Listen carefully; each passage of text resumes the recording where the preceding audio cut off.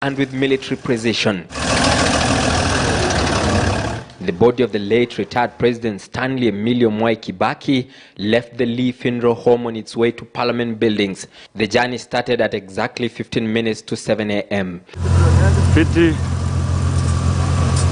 Draped in the national flag and immaculately placed on this special military gun carriage, the casket carrying the remains of Kenya's third president snaked along Agwing's Korek Road, down Valley Road and into Kenyatta Avenue. It took approximately 25 minutes for the cortege to arrive at Parliament buildings, where military officers were at hand to receive the body of a man who once served as their commander-in-chief. A befitting guard of honor was mounted along Parliament Road for the entry procession into Parliament.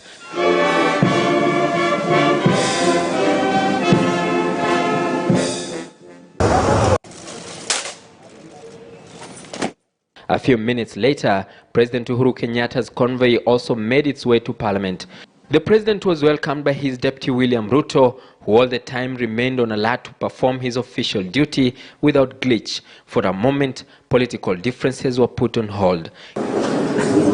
Kenyans then were ushered in to pay their last respects as long queues characterized the day. The military field gun carriage that carried the body of Kibaki is particularly significant in the last journey of Kenya's presidents. Even in his death, a head of state is accorded the highest level of honor possible by virtue of being the commander-in-chief of the armed forces. The gesture is the highest honor given to fallen generals in war. President Kibaki was the third commander-in-chief of the Republic of Kenya, who served for 10 years.